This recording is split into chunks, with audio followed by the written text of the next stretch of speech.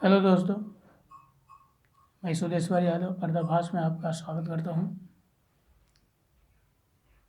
मेरा आज का जो टॉपिक है वो मुक्ति के विषय के ऊपर है कि मुक्ति और मोक्ष क्या होता है। वैदिक रीत से 6 दर्शन मान बताए गए हैं, उसमें से एक है सांख्य दर्शन, जिसका रचयिता है कपिल मुनि।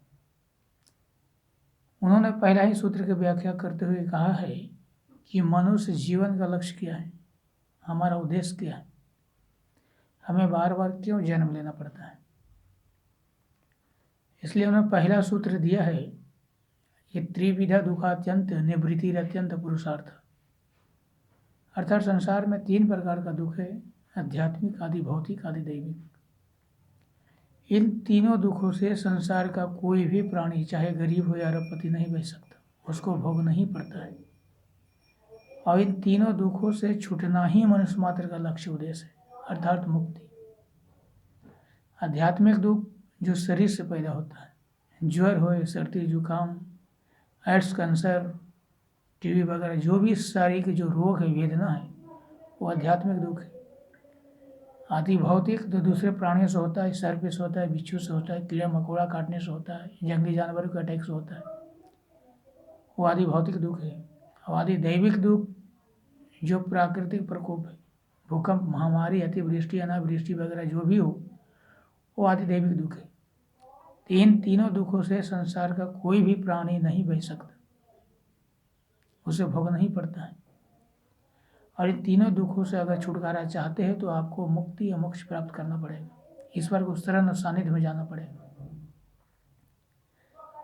अब दूसरा एक सूत्र की व्याख्या करते हुए उन्होंने लिखा है कि कुत्रापि कोपी न सुखी थी, अर्थात संसार में कोई भी सुखी नहीं है। संसार में सुख जिसको प्राप्त है वो केवल सुख नहीं, दुख मिश्रित सुख है।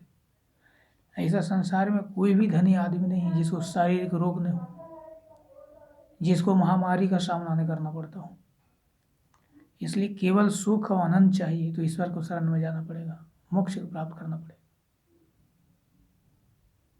मोक्ष क्या है? आप देखते हैं कि ये अभी शरीर जो अभी मनुष्य को जो एज है, उम्र है, लगभग 60-70 के वर्ष हो गया है। इतने 70 वर्ष से लगभग ज़्यादा कोई नहीं जी पा रहा है। और इस थोड़ा सा क्षणिक सुख के लिए, थोड़ी अवधि के लिए लोग 24 घंटा जितोड़ मेहनत कर रहे हैं, सवेरे से शाम तक, इस पेट के लिए, एक भूख के लिए, इस क्षणिक सुख के लिए। क्योंकि संसार के जो सुख है क्षणिक है, दुख मिश्रित सुख है। इसके लिए दिन रात मेहनत करते हैं, चोरी, गद्दारी, मर्डर, बेईमानी जो भी हो कर रहे हैं, फिर भी सुख प्राप्त नहीं है।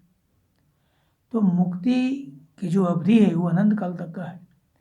31 नील 10 खरब 40 अरब बरस तक जीवात्मा जो मोक्ष प्राप्त कर लेता है वो ईश्वर को शरण और सानिध्य में रहकर आनंद को भोगता है। वहाँ सुख दुख नहीं होता, केवल आनंद होता है। दूसरी चीज, एक सृष्टि 4 अरब वर्षों की होती है, अभी 2 अरब वर्ष होने वाला है, आधी सृष्टि बाकी है। और 36,000 बार सृष्टि पर का जो टाइम है, उतना समय तक जीवात्मा मोक्ष को, आनंद को भोगता है। सोचिए, ये 70 वर्ष के लिए आप लोग इतना मेहनत कर रहे हो, इतना बेईमानी गद्दारी कर रहे हो, और जिसका टाइम अनंत काल तक जीवात्मा सुख और आनंद को भोगता है ईश्वर को सानिध्य में रहकर, उसके लिए क्यों करना न चाहिए। एकदम सांकल्पिक शरीर होता है, सांकल्पिक मन होता है, जब चाहो तब जैसा शरीर बना लेता है, जब चाहे आपको सब कुछ उपलब्ध है। सारे लोकांतरों में आप फ्री घूम सकते हो, ईश्वर को देख सकते हो, उसको शरीर सानिध्य में रहकर आनंद भोग सकते हो। मुक्ति प्राप्त करने के बाद ये जो आवागमन का चक्र है, जन्म मरण खत्म हो जाता है अनंत काल के लिए। आदमी क्यों जन्म लेता है बार बार? क्यों? उसको कर्म खराब होता है। आदमी कर्म में भोग दोनों उभय प्राणी है। और ये जो कीड़ा मकोड़ा जो पशु पक्षी है वो केवल भोग जो नहीं है। हम लोग शरीर के में, ये जीवात्मा शरीर में रहते हुए ज़्यादा जब पाप करता है तो उसको पापों को भोगने के लिए कीड़ा मकोड़ा या पशु पक्षी में जाना पड़ता है, और पाप माइनस होने के बाद मनुष्य में आता है। लेकिन अगर कंटिन्यू आप शुभ कर्म करेंगे तो आपको भोग जोने में, कीड़ा मकोड़ा पशु पक्षी में जाना नहीं पड़ेगा, आपको कंटिन्यू मनुष्य जोन ही प्राप्त होगा। तो मुक्ति प्राप्त करने के लिए आपको मन वचन कर्म से हमेशा सही सोचना है, शुभ बोलना है, शुभ करना है, कंटिन्यू। इसका बहुत ही सिस्टम है, यम नियम पहले मैं व्याख्या कर चुका हूँ। जो आधार है, कहने का मतलब कि मुक्ति प्राप्त करने का मतलब कि आपको ऋषि बनना पड़ेगा, महात्मा बनना पड़ेगा, बिल्कुल ईश्वर का साइडर भाई। 1% भी तुम्हारे अंदर बुराई नहीं होना चाहिए, तो मुक्ति प्राप्त होती है। ये असंभव नहीं है, ये संभव नहीं है पर असंभव भी नहीं है। ये आसान नहीं है लेकिन असंभव भी नहीं है। लेकिन एक जन्म में भी ये संभव नहीं है। ये आपके ऊपर डिपेंड करता है। आप अगर पूरा इसी में अगर आप लग गए तन मन धन से, तो आप एक जन्म में भी संभव कर सकते हैं। एक में नहीं हो तो दूसरा, तीसरा, चौथा जन्म में मैंने करी, क्योंकि मेरा लक्ष्य ही है। ये हो ही जाएगा और करना ही चाहिए, क्योंकि हमारा उद्देश्य लक्ष्य ही है। ऋषि का यही कहना है कि हमारा जो लक्ष्य है मुक्ति है, फोकस वही है। हमारा जो उद्देश्य है बस मुक्ति ही है, दूसरा कुछ भी नहीं। और मनुष्य शरीर के द्वारा ही प्राप्त होता है, दूसरा कोई उपाय नहीं। इसलिए उपनिषद में कहा है कि सत्येन लभ्यस तपसा ह्यस आत्मा सम्यक ज्ञानेन ब्रह्मचर्येण नित्यम अंतः शरीरे ज्योतिर्मयो ही शुभ्रोयम पश्यन्ति यतया क्षीण दोषा।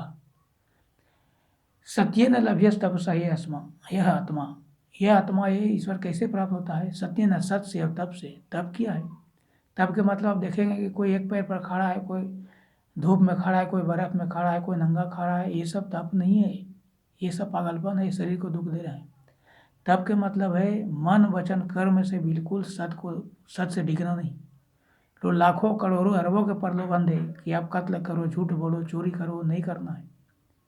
एक बिल्कुल अडिग रहना है, चाहे लाख विपत्ति, लाख आपत्ति आए तो भी सच से नहीं हटना है, तब ईश्वर मिलता है। अपने आप को प्रूव करना पड़ता है मन वचन कर्म से,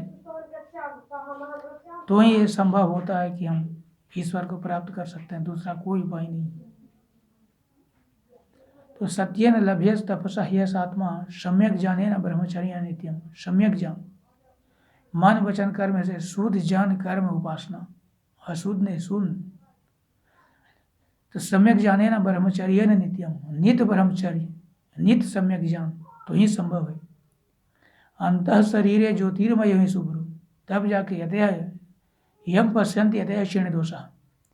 अंतः शरीरे ज्योतिर्मय शुभ्र, ये जो हृदय आकाश है, यहाँ पर यति लोग अपने दोषों को, दुर्गुणों को क्षीण करके, दोष कर को दूर करके प्रकाश स्वरूप को अपना हृदय में दर्शन करते हैं, हृदय में उसको देखते हैं। ये तभी संभव है जब मन वचन कर्म से बिल्कुल आप वो शुद्ध जानकर उपासना करेंगे। तो कहने का मतलब है कि हमारा जो उद्देश्य है, लक्ष्य है, ईश्वर प्राप्ति है, तो जो काम हमको करना ही है उसको आज से हम क्यों नहीं शुरू करें? कोई भी काम धीरे धीरे एक वाक्य नहीं होता, जब जागो तब सवेरा। तो कोई भी काम को अगर हमारा जो करना है, हमारा जो लक्ष्य है, हमारा जो उद्देश्य है जो है, उसके लिए आज से हम शुरुआत क्यों नहीं करें? जिसके लिए हमको जन्म हुआ है,